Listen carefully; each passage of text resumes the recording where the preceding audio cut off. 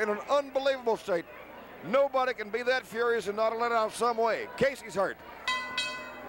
In the ring, as they get Casey back to the dressing room, and for medical help, is Rip Hawk, where have I heard that name? Rip Hawk, Albuquerque, New Mexico, weighs in at 235, against Manny Fernandez, former Florida State champ, our own ex-professional football player from Texas. He is out of El Paso. He weighs 235, and Mr. Hawk could be in for a long evening. Manny Fernandez. Hawk pulled him down. Hawk says, no, he's got his fist doubled up. Now, I'll tell you, Hawk, this man go for a little that and not a whole lot more. He got a real low boiling point. And Fernandez says, oh, yeah. That'll make you right. I hope you're right-handed. Hope you're right-handed, Rip. There's another hair takedown. He's going to have to do something if he's going to beat Fernandez.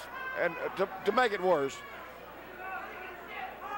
he's making Manny mad. Now, Rip, let me promise you something. You don't want to do that. There's a hammer. Fernandez on Rip Hawk. Manny had taken off on him.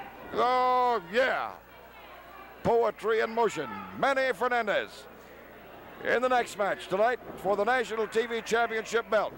Everybody with a name in the country wants that beautiful National Television Championship belt. Manny Fernandez, as he said at the beginning of the program, oh, there's another hair takedown.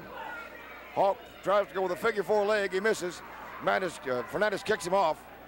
As Manny mentioned at the top of the show, talking about the Southwest Heavyweight Championship belt that's now held up, did belong to Slater. It's been held up by the Wrestling Commission, and I guarantee you, Brother Fernandez wants it with all his heart. And he also wants a National TV Championship belt. And he's working on that right now. Another elimination match for that big, beautiful national belt. Wrist lock, flips him over. Manny Fernandez makes Rip Hawk wish he had never heard of San Antonio. Arm stretch.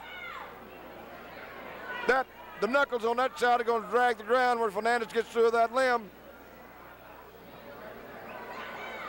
Third man of the ring, Eric Mannheimer, Southwest Championship Wrestling. Ladies and gentlemen, every week, same time, same channel, in your town. Thank you for joining us.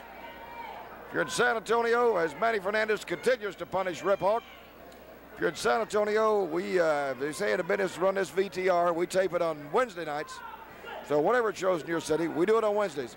If you're in South Texas, for gracious sakes, make the Alamo City, make the Junction, and make Southwest Championship Wrestling part of your time here.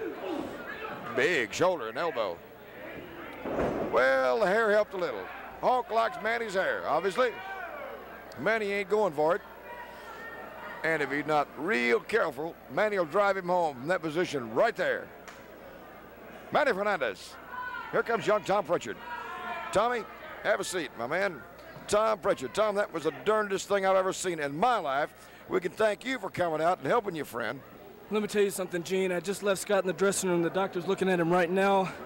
We don't know exactly how bad his ear is right now, but all that blood is in it. Like I said, the doctor's trying to clean it up and sew it up right now. We don't know how bad it is. It's horrible, Tom, but he worked on the old ear for probably a full minute and a half, 2 minutes with a sharp edge of that cowbell. And I guess only a little time, and the medical people can tell us how bad the damage is, but I think you'll agree it, hopefully not, but could be severe. Well, that's right. You know, that cowbell has pretty sharp edges on it anyway, and that bull rope match is a very dangerous match either way you go into it. But when you get 2 men in there, and well, 3 men in there, Gino Hernandez, Tully Blanchard, and Dick Slater ganging up on one man and putting that cowbell to his ear, it's something we don't need in professional wrestling.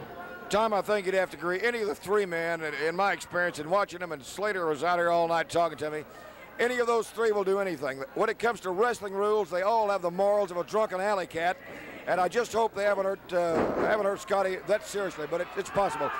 Well, that's true. You know, I've wrestled all 3 men, and I know their style. Slater's busted me open a couple of times, but like I said, right now we don't know exactly to the extent of Scott Casey's how bad his ear is damaged, and we just hope there's no loss of hearing or permanent damage to it. Couldn't agree with that more. Of course, we won't, as wrestling fans, know tonight probably, but certainly we'll have a report on it next week.